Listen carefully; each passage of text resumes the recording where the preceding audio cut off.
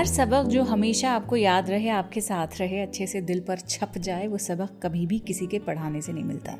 आपको सबक से खुद ही गुजरना पड़ेगा। यानी कि किताबों में जो आपने पढ़ा है उस पर जब तक आप अमल नहीं करेंगे उससे कुछ सीख नहीं पाएंगे। और ये बिल्कुल हकीकत बात है कि अच्छे वक्तों से बेहतर उस्ताद आपका कौन होता है? बुरा वक्त होता है। अंग्रेजी में कहें तो hard times bring glad tidings. मानी difficult moments often lead to something very good even if you don't realize it at the time। Mehtab Alam का शेर इसी बात पे जोर दे रहा है कि जिंदगी ने जो दिए हमको सबक, जिंदगी ने जो दिए हमको सबक, वो कहाँ पंदो नसीहत से मिले। द क्विंट पे शुरू हो चुका है उर्दू नामा। मेरा नाम है फबीहा सैयद। आज हम बात करें जिंदगी के सबक के ऊपर। नहीं, एक्चुअली हम वर्ड सबक पे फोकस कर रहे हैं, जिसका मतलब होता है लेसन। जिंदगी के सबक आमोज फितरत पर अगर आप गौर करेंगे तो आप ये देखेंगे कि हर लेसन, हर तजर्बा आपका एक विजडम देकर जाता है। लेकिन ये जो लफ्ज है सबक, इसको अक्सर सजा या नेगेटिव एक्सपीरियंस के तौर पर भी इस्तेमाल किया जाता है, जिसमें कोई बुरी चीज एक्सपीरियंस करने के बाद एक लेसन यानी जो विजडम आपको मिलता है, वो है आपका असल सबक। मान लीजिए आपने किसी रेस्टोरेंट में खाना खाया होगा, लेकिन आपको खाना और सर्विस बिल्कुल पसंद नहीं आया, तो आप ये कह सकते हैं कि भाई उस रेस्टोरेंट में जाकर सबक हासिल हो गया है कि आइंदा गलती से भी, चाहे कितनी भूख क्यों ना लगे, उस रेस्टोरेंट का रुख मत करना। एक बार बिना हेलमेट पहने बाइक चला लें, ट्रैफिक पुलिस आपको रोक ले, तो आपको क्या सबक मिलेगा कि सेफ्टी कम्स फर्स्ट। एक टॉक्सिक रिश्ते में अगर आप रहे, लेकिन बहुत दुख उठाने के बाद आपने आखिरकार ये ठान लिया कि अब इससे निकलना ही निकलना है, तो सबक यहाँ पे आपका क्या होगा कि सेल्फ रिस्पेक्ट सबसे जरूरी है। तो बात घूम फिर कर वहीं आ गई कि सबक सिर्फ किताबों से नहीं मिलता है, लाइफ के नेगेटिव एक्सपीरियंसेस से मिलता है, और कभी कभी काफी महंगा भी रहता है। इसीलिए कहा जाता है कि संभलने के लिए गिरना कतई जरूरी नहीं है, लेकिन ये भी सही है कि गिरकर संभलने से जो सबक हासिल होता है वो जिंदगी भर आपके साथ रहता है। लेकिन कई बार ऐसा भी होता है कि किताबों में कुछ और बात लिखी होती है, लेकिन हकीकत में कुछ और हो जाता है। यानी बिल्कुल वैसा फील होता है जैसे एग्जाम में आउट ऑफ सिलेबस क्वेश्चन देखकर पसीने आ जाते हैं। हस्तीमल हस्ती का जो शेर है इसी बात पे फोकस कर रहा है कि कुछ और सबक हमको जमाने ने सिखाए, कुछ और सबक हमने किताबों में पढ़े थे। ये जो शेर है, it beautifully contrasts the lessons learned from books versus those taught by life. कि किताबें कुछ कह रही हैं, जिंदगी तो आपको अलग ही आईना दिखा रही है। ये जो यहाँ पे शायर हैं वो रिफ्लेक्ट कर रहे हैं कि जो हम किताबों में पढ़ते हैं, किताबों में पढ़ने का मतलब ये होता है कि जो हमारे आइडियल्स हैं, जो बहुत ही आइडियलिस्टिक हमारी सोच कई बारी बन जाती है, जिसमें हर चीज हम एक फॉर्मूले के जाविये से देखते हैं। हमें हर चीज बड़ी प्रेडिक्टेबल लगती है कि अच्छा 2+2 अगर है तो हाँ 4 ही होगा। But real life experiences sometimes teach us कि 2+2 can also be 5। What does this mean? कि जिंदगी अनप्रेडिक्टेबल है, और ये सबक जितनी जल्दी आप सीख लें, गांठ बांध लें इसकी, उतना बेहतर है। आगे बढ़ते हैं। कतील शिफाई का ये मैसेज है अपने रकीब के लिए। कितनी प्रेडिक्टेबल सी बात है ना कि कोई इंसान अपने महबूब के लवर के साथ दोस्ती कैसे कर पाएगा? नहीं करेगा। It's like common sense. पर यहाँ देखिए शायर क्या कर रहा है, अपने रकीब से, महबूब के आशिक से, अपने राइवल से बात कर रहा है, यहाँ तक कि उसको वो मशवरा दे रहा है। शायर कहता है कि ले मेरे तजर्बों से सबक ए मेरे रकीब, ले मेरे तजर्बों से सबक ए मेरे रकीब, 2-4 साल उम्र में तुझसे बड़ा हूँ मैं। So here the poet is telling his rival कि learn from my experiences, don't make the same mistakes. I may be just a few years older, पर विजडम में बेटा मैं तुमसे बहुत आगे हूँ।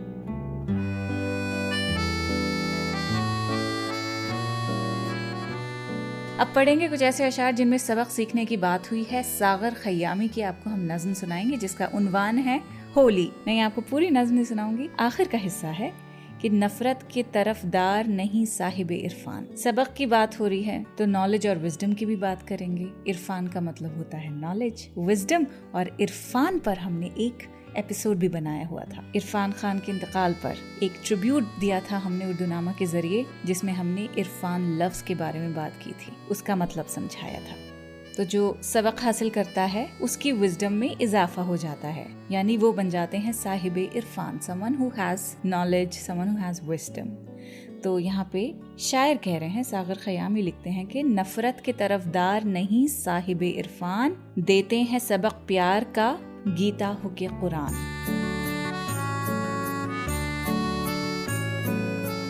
साहिब इरफान जैसे मैंने भी आपको बताया, वो लोग जो अक्लमंद हैं, हिकमत रखने वाले हैं, समझदार हैं। तो ये शेर कहता है कि जो समझ रखते हैं वो नफरत का साथ नहीं देते हैं। और दूसरा मिसरा है कि देते हैं सबक प्यार का गीता हो के कुरान। चाहे गीता हो या कुरान हो, दोनों का पैगाम मोहब्बत और इंसानियत का है। ये एक यूनिवर्सल मैसेज है कि धर्म चाहे कोई भी हो, असल सबक हमेशा प्यार का ही होता है।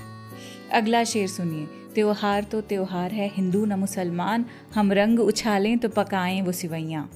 ये शेर दरअसल हमारी गंगा जमनी तहजीब की एक तस्वीर पेश करता है। त्योहार का कोई मजहब नहीं होता है, ये सिर्फ खुशी और मिलन का एक बहाना होता है। तो होली हो या ईद हो, असल खुशी तभी होती है जब सब मिलकर मनाएं। अकेले अपनी कोठरी में बैठ के अगर आपने मिठाई खा ली तो आपको मजा आएगा क्या? नहीं ना। तो असल मजा तभी होता है जब एक दूसरे पे रंग डाला जाए, एक दूसरे की घर की मिठाइयाँ खाई जाए। ये है एक परफेक्ट तस्वीर एका की मोहब्बत की, जहाँ त्योहार सिर्फ एक मजहब से निकलती हुई बात नहीं है, बल्कि सबके साथ मिलने का बहाना है। अकबर इलाहाबादी का आप शेर सुनिए। मानी को भुला देती है सूरत है तो ये है, नेचर भी सबक सीख ले जीनत है तो ये है। ये शेर असली जो खूबसूरती है और जो ज़ाहिरी खूबसूरती है उसके कॉन्ट्रास्ट को दिखा रहा है। तो पहला मिसरा ये कह रहा है कि अगर सिर्फ सूरत यानी अपीयरेंस ही सब कुछ है तो असली मानी यानी मीनिंग कहाँ चले गए। यानी अगर सिर्फ आपकी अपीयरेंस ही सारे मायने रखती है तो जो ओरिजिनलिटी जो कि अंदर से आती है वो कहाँ गई? What about that? यानी सिर्फ दिखावे पे फोकस करने से चीज़ों की असली वैल्यू खो जाती है। दूसरा मिसरा एक बड़ा ही सरकास्टिक ट्विस्ट देता है। अगर यही जीनत ब्यूटी है, शायर कहता है कि अगर यही ब्यूटी है तो नेचर भी यही सबक सीख ले। मतलब सब कुछ फिर सिर्फ सरफेस लेवल पर ही चले ना। डीप डाइविंग क्यों करते हैं फिर हम किसी के कैरेक्टर में, किसी के नेचर में, किसी ने क्या कहा है, उसका मतलब क्या है? तो बेसिकली एक ताना है सोसाइटी के सुपरफिशियल नेचर पर, जो सिर्फ आउटर ब्यूटी को इम्पोर्टेंस देती है और असली एसेंस है उसे इग्नोर कर देती है।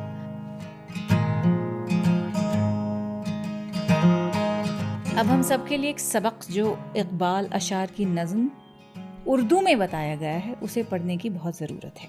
शायर लिखता है कि उर्दू है मेरा नाम, मैं खुसरो की पहेली, मैं मीर की हमराज हूँ गालिब की सहेली। दक्कन के वली ने मुझे गोदी में खिलाया, सौदा के कसीदों ने मेरा हुस्न बढ़ाया। है मीर की अजमत की मुझे चलना सिखाया, मैं दाग के आंगन में खिली बन के चमेली, उर्दू है मेरा नाम, मैं खुसरो की पहेली। गालिब ने बुलंदी का सफर मुझको सिखाया, हाली ने मुरव्वत का सबक याद दिलाया, इकबाल ने आईनाए हक मुझको दिखाया, मोमिन ने सजाई मेरे ख्वाबों की हवेली, उर्दू है मेरा नाम, मैं खुसरो की पहेली। है ज़ौक़ की अजमत की दिए मुझको सहारे, चकबस्त की उल्फत ने मेरे ख्वाब संवारे, फ़ानी ने सजाए मेरी पलकों पे सितारे, अकबर ने रचाई मेरे बेरंग हथेली, उर्दू है मेरा नाम, मैं खुसरो की पहेली। क्यों मुझको बनाते हो तासुब का निशाना, क्यों मुझको बनाते हो तासुब का निशाना, मैंने तो कभी खुद को मुसलमान नहीं माना, देखा था कभी मैंने भी खुशियों का ज़माना, अपने ही वतन में हूँ मगर आज अकेली, उर्दू है मेरा नाम, मैं खुसरो की पहेली।